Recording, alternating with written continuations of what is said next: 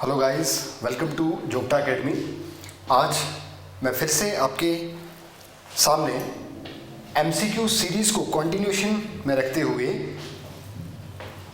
Third week of February जो है उसके करंट अफेयर्स आपके साथ डिस्कस करूंगा। ओके,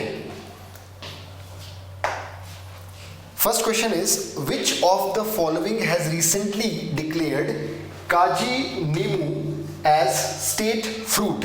तो आपको बताना है, ये जो आपको पिक्चर है काजी नीमू की है, ये किस स्टेट ने आपका स्टेट फ्रूट डिक्लेयर किया है। सो आंसर आपका है असम। असम ने रिसेंटली इसको डिक्लेयर किया है स्टेट फ्रूट। क्यों डिक्लेयर किया है?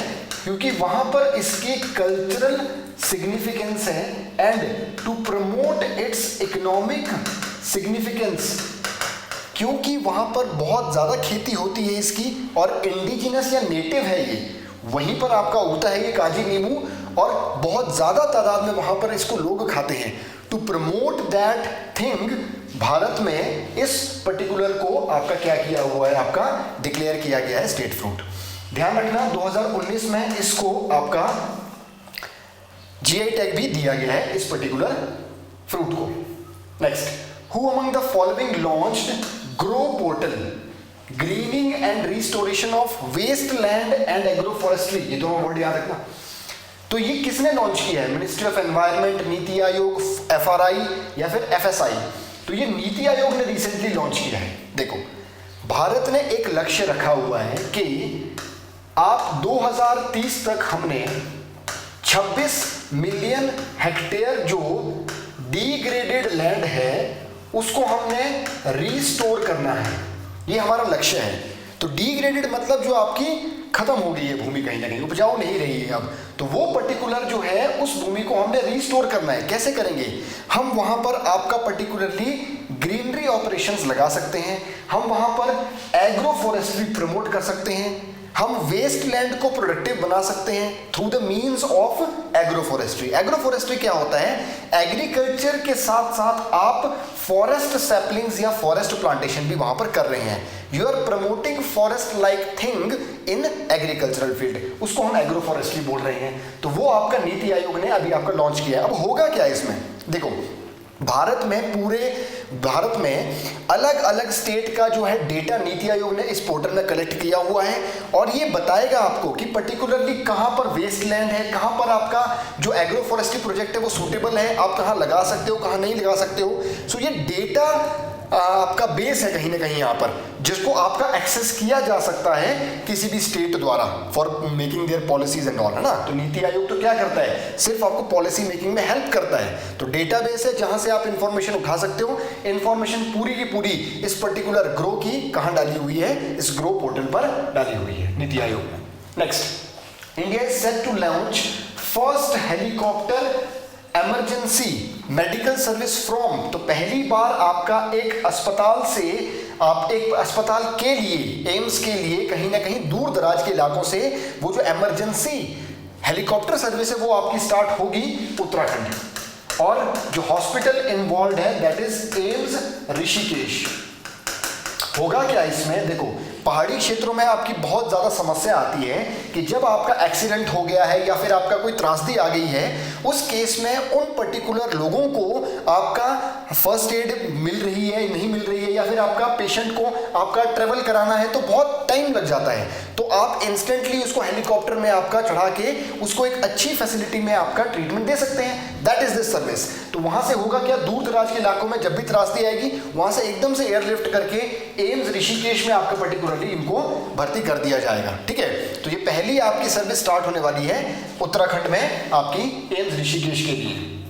Next, recently major mine deposits were uncovered in, यहां पर आयरन माइंस है, ध्यान रखना, लोहे की आयरन ओर माइंस, लौह अयस्क जो खदानें हैं रिसेंटली राजस्थान के किस डिस्ट्रिक्ट में बहुत ज्यादा तादाद में मिली हैं? आपको बताना है करौली, भरतपुर, अजमेर, जैसलमेर।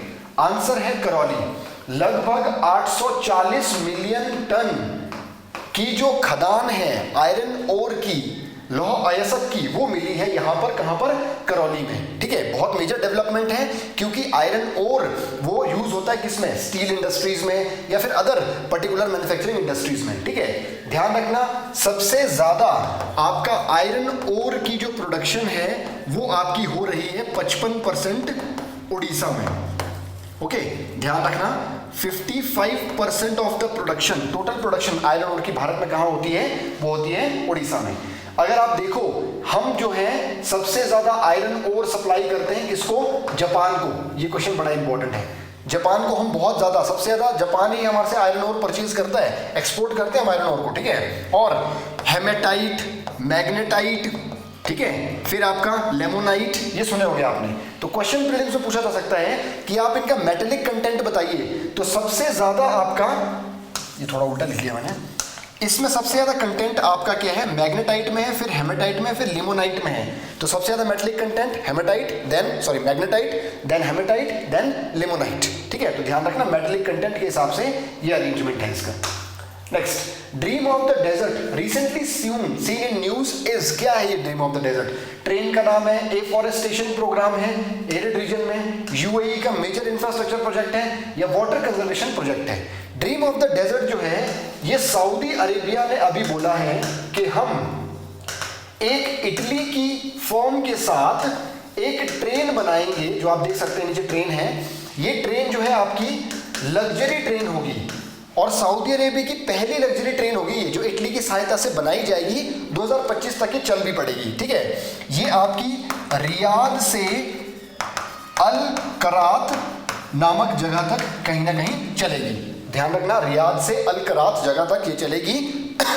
ये पर्टिकुलर 2025 तक इटली की सहायता से सऊदी अरेबिया इसको बना रहा है, लग्जरी ट्रेन है। Next, India recently launched UPI and RuPay card services in which of the following nation? हाल ही में हमने रुपे कार्ड सर्विस और यूपीआई जो है कहां लॉन्च किया, वो किया मालदीव्स में। ध्यान रखना, इसी के साथ भारत ने यूपीआई जो है श्रीलंका में भी लॉन्च किया। लेकिन क्वेश्चन क्या है, यूपीआई प्लस रुपे कार्ड। तो रुपे कार्ड सर्विस हमने मॉरिशस में, यूपीआई भी किया, रुपे कार्ड भी किया। सिंपल अगर यूपीआई पूछे रीसेट तो आएगा आंसर श्रीलंका।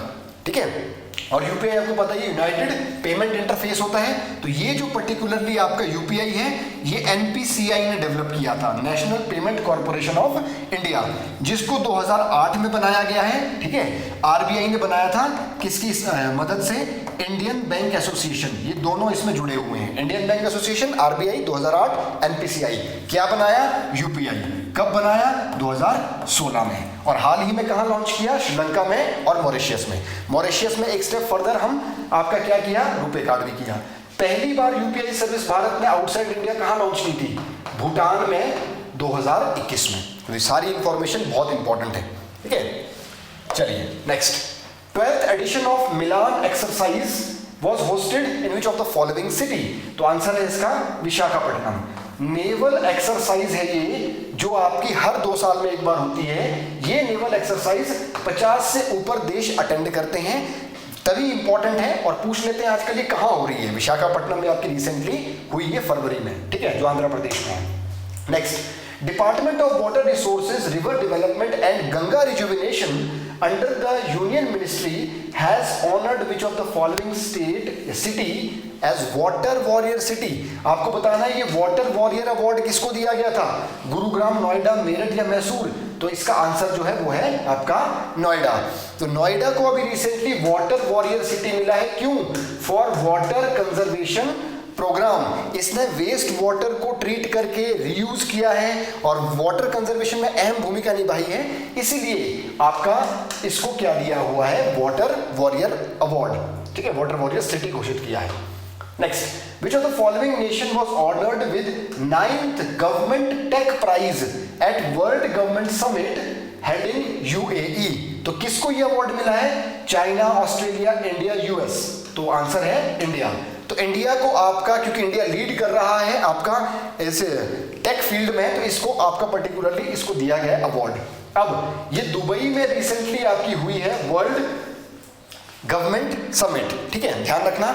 और यहीं से अभी आपका दुनिया की पहली आपकी एयर टैक्सी सर्विस भी स्टार्ट हुई है दुबई से, ठीक है, दुनिया की पहली है, वर्ल्ड गवर्नमेंट समिट के दौरान ही आपकी हुई थी, ठीक है। और इसका जो आपका थीम है वो आप लोगों को कमेंट सेक्शन में बताना है कि भाई वर्ल्ड गवर्नमेंट समिट का 2024 का थीम क्या है, ठीक है।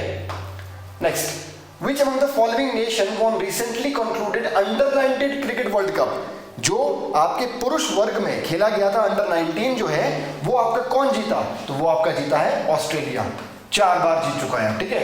ध्यान रखना अंडर 19 वर्ल्ड कप जो ऑस्ट्रेलिया चौथी बार जीता है अभी 2024 में, सबसे ज्यादा बार अंडर 19 वर्ल्ड कप जीता है किसने, भारत ने, और फाइनल जो है इंडिया और ऑस्ट्रेलिया का ही हुआ था, ये चीज ध्यान रखना, अंडर 19 ध्यान रखना, ठीक है।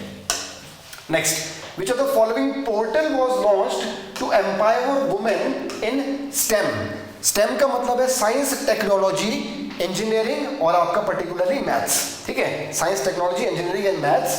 उसके लिए आपका कौन सा पोर्टल लॉन्च किया गया है कि मतलब उस फील्ड में महिलाएं जो हैं वो एम्पावर हो रही हैं या उनको किया जा रहा है, उसके लिए आपका कौन सा पोर्टल लॉन्च हुआ है, वो हुआ है स्वाति पोर्टल, ध्यान रखना।